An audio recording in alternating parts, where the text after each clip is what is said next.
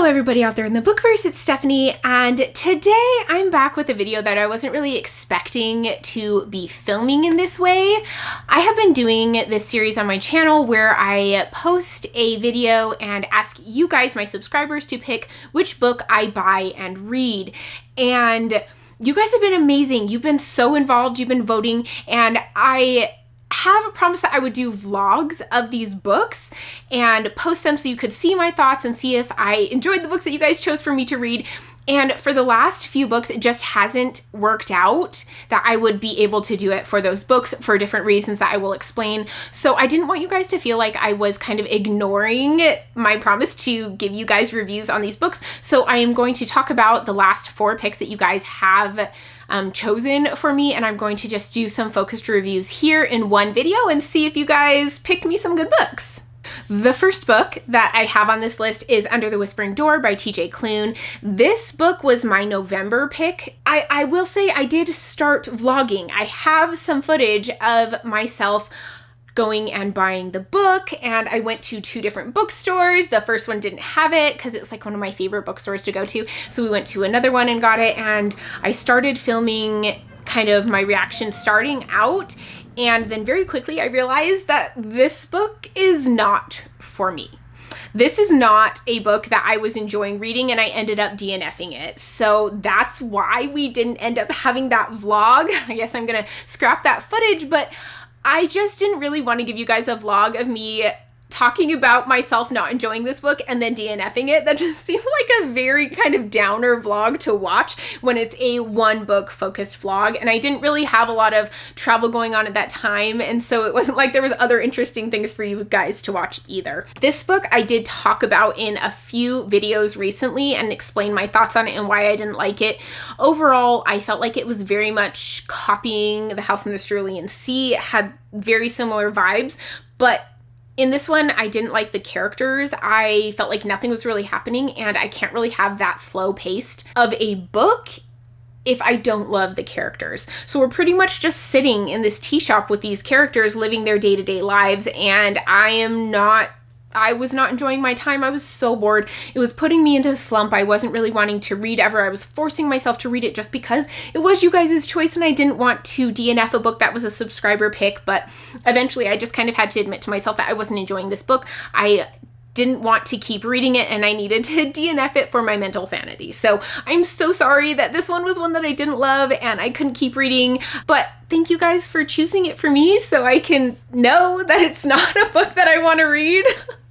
For December's picks, there was actually a tie between 2 books, and so I put a poll on Instagram to see what you guys wanted me to do with this tie. We had a few options, and you guys chose to read them both, so I ended up reading both of the winners for December. The first one that I read was Throne of Glass by Sarah J. Maas. The reason I didn't vlog, well, I did vlog this, but I read it for a 48-hour readathon that I was doing by myself, and so I vlogged myself within that video, and it seemed a little redundant to be vlogging myself twice and posting that. If you want to check out that video, I will link it above and below if you guys want to see it. It was really fun. I played this mini TBR Star Hop game to see if I could finish it in 48 hours. So yeah, that was such a great time, and this was a great book to have on that readathon because it was such a quick, easy read. I was really invested in it, and I just kept going. I feel like you didn't need a break from it. It was so simple, so easy to get into. It wasn't confusing. I didn't feel like I was really needing to learn the world all that much because it was just given to you so gently. It wasn't like it was a very complex high fantasy world, at least in this book. The main character was fun. She was just so extra and endearing. I just really enjoyed reading about her. I liked the side characters. I feel like this has a lot of potential. I just had a lot of fun reading this book. I'm definitely going to be continuing on with the series, and I'm really glad you guys chose this for me. This is just an enjoyable read. Oh, and this was Abby Salter's favorite book because in December it was books of Booktuber faves. So yeah, this one was for Abby Salter. So thanks, Abby, for loving this book. The next one, I just really didn't get a chance to vlog my experience with this book because I read it so fast, and that is The Fires of Vengeance by Evan Winter. This is the second book in the Burning series. This one was Erin's favorite book from Booked and Busy, and I read this on my flight to my sister's house for Christmas break. And I pretty much read it in a day, and we were on flights and in airports the whole time, so I couldn't really vlog myself reading it, so I'll give you guys my thoughts on this book now. I felt like there was some character disconnect from the first book in the series to this book. Our main character, Tao, in the first book is very obsessed with revenge, and that's pretty much his personality, is revenge. And in this one, somehow he starts feeling like he needs to take care of everyone and he needs to protect everyone, and he's kind of the champion of the downtrodden, and now he all of a sudden cares when people die because of him, or because he couldn't save them, or he blames himself. And that just doesn't seem like him. Like, the whole first book, all he cared about was revenge. And in this book, honestly, he still just cares about revenge. That's kind of his MO. That's all he does.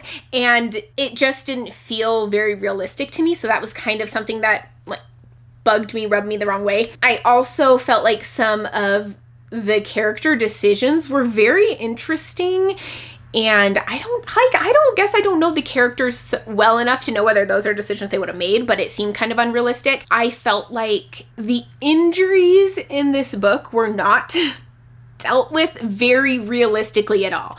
There was this character that had, I don't want to give any spoilers actually, so I probably can't go into this very much, but one of the characters had an injury that was so terrible that they probably should have died and didn't, and then all of a sudden they are able to beat these, they call like these elite, I think is what they're called. They're like the elite of the nobility who are supposed to be the strongest. So they're like the elite fighters of the strongest people, and yet this person is able to beat them when in reality they weren't really using their body to fight and building up those muscles in order to be able to do that. It seemed so ridiculously not real. Like, it was just like, it couldn't happen. I don't understand what was happening here. Were we supposed to believe this? And then also one of the other injuries that happened all of a sudden, he was still going and beating these elite warriors again.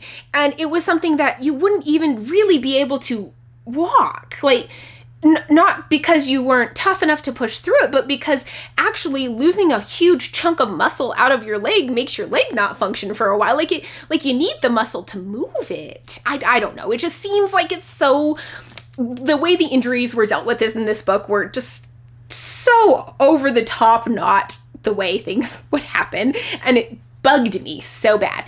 But I was pleased that this book did have more dragons in it, because that was one of my biggest gripes about the first book. It was called Rage of Dragons, and there was like this much dragons in the entire book. So this one did have more. I still wanted more because, I mean, there's dragons on the cover. Like, they act like dragons are the biggest thing in these books, and they are not. So I still wanted more dragons. Like, where are my dragons? I enjoyed the world building, and I am so excited to see where we go with it in the third one, because they have set us up for some really awesome things with the things we learn about the lore and the magic and the past of this world, that it could go so, it could become amazing. It could become so good.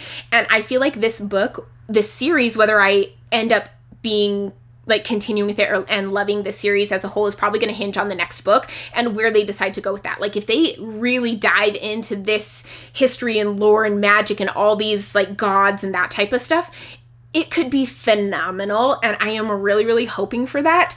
But overall, this one was okay for me, but I just had too many issues with it that distracted me from the plot, because I think the plot itself was really good. I liked where we went with it. I liked some of the developments, but just some of these things that were happening were definitely drawing me out of it. Overall, it was fun. I did enjoy it, and we'll see if I enjoy it more after the next book. And the book that you guys chose for January for me was If We Were Villains by ML Rio. And this one was also in another vlog, but also one that I read in a day. So it was kind of both.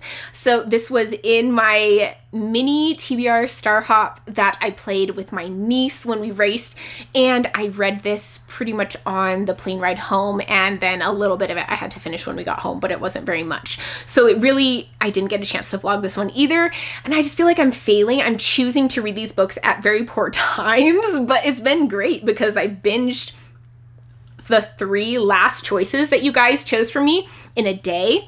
And so obviously they were good choices. They were very bingeable books. This one is a dark academia book that is set at this very artsy university. It's very much focused on the arts, like theater and music and dance and those types of things. And we are following this group of actors who are they're exclusively Shakespearean actors. We know at the beginning that someone died and our main character went to jail for it. That's really all we know. And we're following him telling the story of what happened with him and his friends and his group and what led up to this and what happened afterwards, and kind of explaining his story to this cop who was the one who put him in jail, but just wants to know the real story behind it now that he has retired from the force, and what he tells him is not going to affect what happens, like judicially, I guess is what you could call it. Overall, I liked this book. It was very intriguing. I have found that I do not like the trope of knowing that the person gets caught or fails or loses beforehand. I don't like that feeling that I get just waiting for it to fall apart. I know that a lot of people really love that about this book, and they think that's a very interesting way to write it, and that's great. If you loved it, that's awesome. It gives me a little bit of anxiety, and I don't enjoy that type of anxiety. I like the what if, like, can they get caught? Will they get away with it? What's going to happen? Is someone, like, that type of thing? I like that feeling better than that I already know that you went to jail. Where does this get messed up? And I did guess what had happened leading up. So I did really guess what was going to happen and why our character ended up in jail, which was a little unfortunate because then it just made me really annoyed with him and kind of some of the stupid things that he did and his decisions. It really, he bugged me a little bit because I did know what was coming. I guess I didn't know, but I had suspected. So that bugged me. I liked the atmosphere. I think the dark academia in this was done extremely well. You get some amazing atmospheric vibes here and some creepy things. They feel very dangerous and dark, and I loved that about this book. I think that was probably what was done the best in here. I think the character work was excellent, and we really got a lot of great character development in here, and you started to really know these characters as people and who they are and their fears and their strengths, and just really digging deep into their psyches. So that was fun and interesting. I didn't like the Shakespeare aspect of it to a point. I don't know Shakespeare that well. And so when they were talking about all these parts they were playing, and they would speak in Shakespeare lines all the time, which I found so pretentious and annoying. And so that bugged me throughout the whole book. But when they were like in the plays, like when they were doing Macbeth, I absolutely loved that. I thought it was so well done. It was atmospheric and beautiful, and I loved that so much. And when they were doing King Lear, I loved that as well. I just liked when they were doing the plays, I was fine with it there. But when they were just talking in Shakespeare all the time, that drove me nuts. I really liked Macbeth a lot because I've read Macbeth and I've studied Macbeth and I know it, and the Romeo and Juliet, I know that story as well. And so those ones I felt a lot more comfortable with, and I felt like I really got what they were trying to get across better in those stories than the other ones, because I didn't know the characters, so it didn't really mean anything to me when they're like, oh, I got cast as this and you got cast as that. And I was like, so those things, I think they went over my head, and so I didn't get a lot of what we were supposed to get out of this book. If you knew Shakespeare better, you probably would enjoy those aspects a lot more. I just don't. There was a lot about this book that I didn't love, but overall, I really loved it. It was a mix of feelings the entire time, and all of them were quite strong feelings about it, and so it was really hard for me to decide how I felt about this book. Overall, I really enjoyed it. I think the Dark Academia was like perfect, on point. Like, this is perfect Dark Academia. It is so well done. It is amazing. If you want Dark Academia, this has it. It's so, so good. I don't know what I feel about this book. It's really hard for me to kind of give you my overall rating of it because I just don't know. Things I loved, things I didn't love, and I feel like this book has to have a decently high rating just because of so many emotions that it made me feel. So yeah, I'm really interested to speak with my friend Angela about it because she absolutely adores this book. It's one of her favorites, and so we decided to both read it in January together, which was lucky that you guys picked it as my read for January. Thank you guys, you're so thoughtful. Yeah, I am interested. I want to have a discussion with her and see what about this book speaks to her so much, because I'm gonna be honest, I felt like it was The Secret History. Like, it was almost the same as The Secret History, which was fine, but also a little bit odd because I just read The Secret History at the end of November, and I read this one like the first day of January. So there was only about a month break in there, and so the parallels were so strong in my mind. But it's good. Like, if you want Dark Academia, highly, highly recommend this book. Okay, so those are the 4 books that you guys chose for me that I wasn't able to vlog. I am so sorry. I will try to do better moving forward, but I wanted to give you guys my thoughts and my reviews on it, and I'm glad that the books that you chose. I feel like I've had a good mix, and they've been books I might not have picked up as soon or at all on my own. So thank you guys so much. And yeah, if you like this video, give it a thumbs up. If you want to see more from me and see my next subscriber picks video so you can choose, hit the subscribe button down below and the bell icon, and I will see you guys in my next video. Bye.